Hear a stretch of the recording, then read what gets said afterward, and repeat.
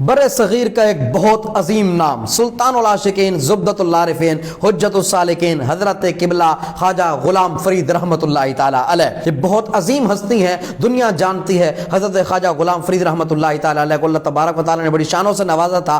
آپ کی پیدائش 26 ذی القعدہ سن 1261 ہجری بروز منگل کو ہوئی۔ آپ کی پیدائش ریاست بہاولپور کے قصبے چاچڑا شریف تحصیل خانپور میں ہوئی۔ آپ کے والد کا نام نامی اسم گرامی خواجہ خدا بخش المعروف محبوب الہی تھا۔ آپ کے دادا کا نام خواجہ احمد علی اور پردادا کا نام حضرت خواجہ قاضی عاقل محمد تھا۔ والدہ کے انتقال کے وقت آپ کی عمر 4 سال اور والد کے انتقال کے وقت آپ کی عمر 8 سال تھی۔ حضرت خواجہ غلام فرید رحمۃ اللہ تعالی علیہ کا تعلق قریجہ خاندان سے تھا۔ آپ کا شجرہ نسب حضرت عمر فاروق اعظم رضی اللہ تعالی عنہ تک جا ملتا ہے۔ آپ کا تاریخی نام خورشید عالم ہے، جس کی جو عدد ہے وہ تقریباً 1261 بنتے ہیں۔ آپ نے سرائکی، فارسی، سندھی، عربی اور پربی زبان میں شاعری کی ہے۔ آپ نے قرآن مجید میاں جی صدر الدین اور میاں محمد بخش سے پڑھا، فارسی کی کتب میاں جی حافظ خواجہ سے پڑھی اور عربی زبان کی تعلیم مولوی قائم الدین رحمۃ اللہ تعالی علیہ سے حاصل کی۔ آپ گھر میں ہوتے یا سفر میں آپ کی تعلیم کا سلسلہ ہر حالت میں جاری رہتا۔ جو نواب آپ کے والد محترم کا مرید تھا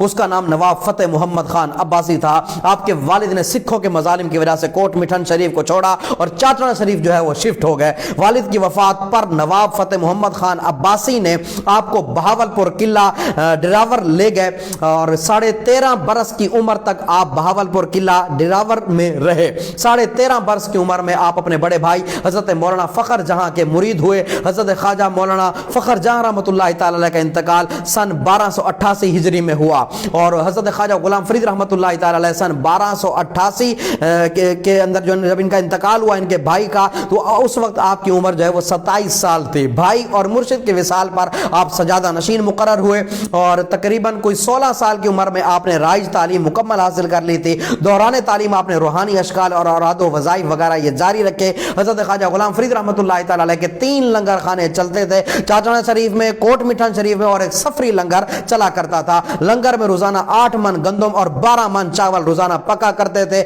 سینکڑوں کی تعداد میں لوگ آپ سے ماہانہ وظیفے لیا کرتے تھے۔ مہمان سجادگان کو 1000 روپیہ نذرانہ پیش کیا جاتا تھا اور سفر میں 100 سے 300 لوگ شامل ہوا کرتے تھے اور دوران سفر بھی آپ کی سخاوت اور آپ کا لنگر جاری رہا کرتا تھا۔ آپ کے پاس جو بھی آتا آپ غرباء و مساکین کے اندر تقسیم فرما دیا کرتے تھے اور وقف زرعی زمین سے 35,000 روپے سالانہ آتے تھے۔ بچوں کے ساتھ آپ کا رویہ نہایت مشفقانہ ہوا کرتا تھا۔ روزانہ عصر کے وقت آپ بچوں کی خوشی کے لیے ان میں جو ہے وہ نقد پیسے بھی تقسیم فرمایا کرتے تھے۔ آپ کی خوراک دن میں گندم کی 1 روٹی اور رات کو دودھ کا 1 پیالہ ہوا کرتا تھا۔ آپ کا طرز زندگی خود اپنے لیے انتہائی سادہ تھا اور مہمانوں کے لیے بہترین تھا۔ زندگی میں آپ نے کسی کو گالی نہیں دی۔ شرفاء، علماء اور سادات کی تعظیم کھڑے ہو کر کیا کرتے تھے اور آپ نے پہلا اور آخری حج سن 1296 ہجری کے اندر کیا۔ حج کے موقع پر آپ نے اعلان کیا کہ جو بھی ہمارے ساتھ جو ہے وہ حج پر جانا چاہتا ہے وہ چاچڑا شریف میں آ جائے۔ ساتھ چلنے والوں کو آپ نے 7 نصیحتیں کی جو یہ تھیں کہ نمبر 1 گناہوں سے توبہ کر لیں،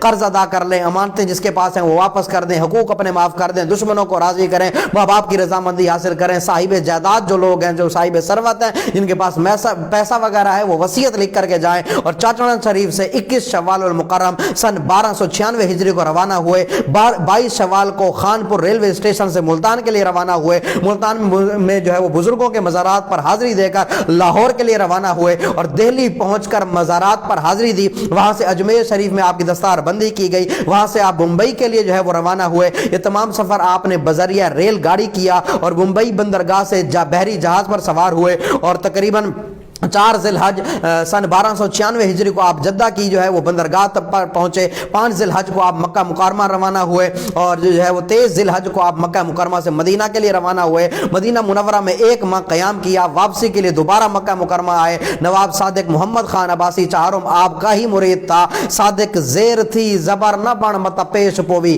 آپ نے یہ خط صادق محمد خان عباسی چہارم کو لکھا تھا۔ چولستان میں آپ نے 18 سال گزارے۔